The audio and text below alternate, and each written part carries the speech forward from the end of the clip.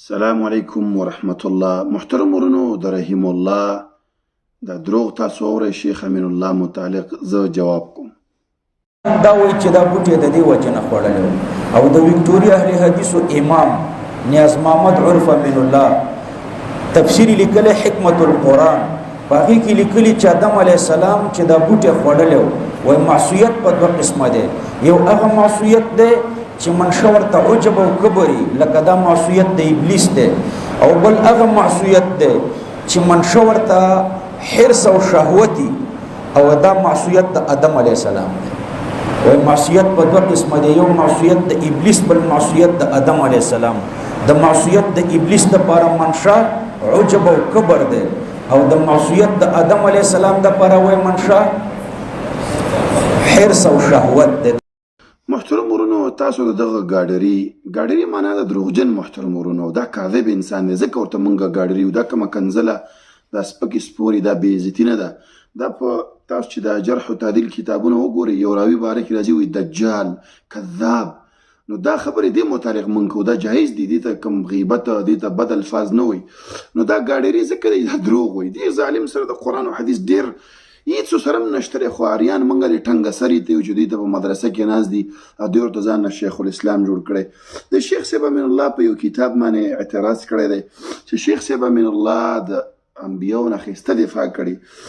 شیخ صاحب امین الله لیکي په خپل کتاب کې چې د آدم علیه السلام نه چې د خطا وشوله، میوه یې ونې نه وخوړه. بعضې علما مختلف اقوال کوي.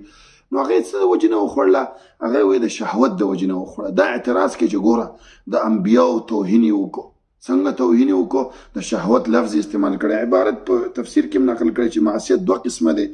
یو معصیت د اساس د هغه کبري، یعنې تکبر د وجې نه سړی ګناه کوي، او بل معصیت د هغه حرص او شهوتي، نو شهوت د وجې نه ګناه کوي. نو بیا شیخ صاحب امین الله لیکي چې اولینی چې د دویم نه ډېر سخت دی. اولینی معصیت د ابلیس دی، دویم د آدم علیه السلام. نو دلته اعتراض کوي چې ګوره شهوت لفظ آدم علیه السلام دپاره استعمال کړه. محترم ورونو، تاسو ته به د سکرین باندې ښکاري د دوی خپل کتاب او د خپل مولا کتاب دی. موږ دوی په خپلو تورو وښو. د ظالمان ته قرآن و حدیث علم نشته، قرآن و حدیث نه خوښ هم لري دي. تاسو ته ښکاري د اشرف علي کتاب دی امداد المشتاق. هغې کې لیکي وही गुनाह दो किस्म के होते हैं, बाही व जाही. आदम अलैहिस्सलाम की खता बाही है और इब्लिस की गुनाह जाही है. जिना गुनाह बाही है. ګوره تاسو وګورئ د آدم علیه السلام ګناه چې وي دوه قسمه، یو ته باهي وي او ته جاهي وي. وایي د آدم علیه السلام خطا چې ده هغه باهي ده، باهي، او ابلیس چې ده هغه ګناه جاهي ده، او زنا چې ده وایي دا باهي ده. نو د آدم علیه السلام ګناه ته څه وویلې؟ زنا یې ورته وویلې. ستا مولا ورته زنا وایي، نعوذ بالله من ذلک. او ته راځئ زموږ په عالمانو باندې اعتراض کې د باهي تعریف. تاسو د لغت کتابونه چې څومره د اردو لغاتو کتابونه دي تاسو وګورئ، دویم جلد 215 صفحه کې لیکي وایي شهوت پیدا کرنے والا خواهش جما کا محرک. باهي څه ته ویل کېږي؟ چې جما ته ستا زړه وشي. نو دا ظالمان آدم علیه السلام ته د زنا نسبت کوي، هغه باندې دوی ته هېڅ څه نه غورځېږي. محترم ورونو، تاسو ته په دې سکرین باندې به ښکاري د دوی د کتابونو یو دوه حوالې ورکوم، نو بیا زه مخکې ځم. ګوره تاسو ته په سکرین باندې ښکاري دوی کتاب دی دغه فضایل درود. دې کې د آدم علیه السلام متعلق لیکي وایي آدم علیه السلام چې کله حوا ولیدله نو داسې ورته دغه وویلې. وایي آدم علیه السلام نے ان پر ہاتھ بڑھانا چاہا، ملائکوں نے کہا صبر کرو جب تک نکاح نہ ہو جائے اور مہر ادا نہ کرو. وایي کله چې حوا علیهم السلام ځان سره ولیدله نو آدم علیه السلام لاس ورچاو. وایي ملایکو ورته ویلي چې پام کوه دا کار مه کوه. نعوذ بالله من ذلک. انبیاو ته چې نسبت وکړه؟ د زنا نسبت وکړه.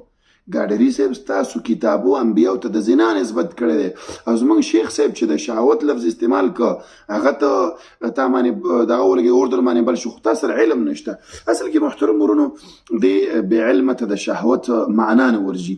دا کتاب دی محترم ورونو، مختلفو کتابو باندې به زه حواله ورکوم انشاءالله. دوی خپل کتاب نه روح المعانی د دوی کتاب دی، مدارسو کې دوی تدریس کېږي. د آدم علیه السلام باره کې وایي چې هغه نه چې کومه خطا شوې وه وایي هغه د څه د وجې نه شوې وه وایي د هغه چې شوې وه د شهوت د وجې نه شوې وه شهوت د وجې نه آدم علیه السلام هغه کړې وه څه د وجې نه شهوت د وجې نه روح المانی دا خبره کړې ده په دریم جلد او 9 او یا صفحه کې سورې یوسف کې دا تفسیر کړی دی وایي د آدم علیه السلام نه چې کومه ګناه شوې وه هغه چې د شهوت د وجې نه شوې وه د شهوت د وجې نه چې د وجې نه شوې وه ښه بل لا شو شهوت په معنا دا واخلي وایي چې دا زنا ده نو حدیثو کې به ته څه دا کې خو تا سره د حدیث علم نشته بخاري کې حدیث دی 950 عایشه رضی الله عنها دغه راغلي سودانیان د هغوی هغه لوبې ګټلې نبي صلی الله علیه وسلم هغه ته وایي چې وتشتهین وتنظرین زړه دې غواړي شهوت دا زنا ته نه ویل کېږي دا میلان ته ویل کېږي ستا یو زړه ته شیش ته زړه کېږي خوراک ته یې کېږي نو دا شهوت شو